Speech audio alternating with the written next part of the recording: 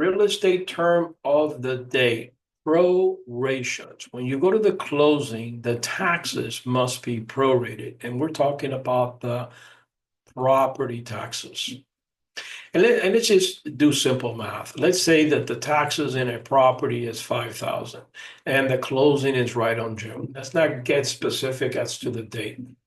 The seller has been living in the house from January to June, right? The taxes is for the entire year. Taxes are normally going to be paid in November because the bank gets a 4% discount. Now, this only happens if you have an escrow account. If you don't have an escrow account and you're going to pay the taxes on your own, then you have until 3/31 of the following year to pay off the taxes. Obviously, you don't get the 4% because the 4% is you pay it off early. That's all it is.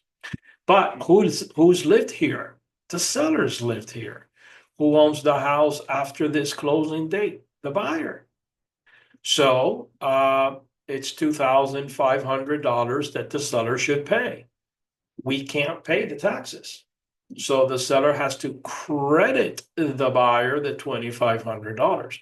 So it's going to look like this. It's going to be $2,500. We're going to debit the seller. We're going to credit the buyer. And then the buyer pays the full amount when the taxes are owed, which is going to be $5,000. That is the definition of a proration item on a closing disclosure.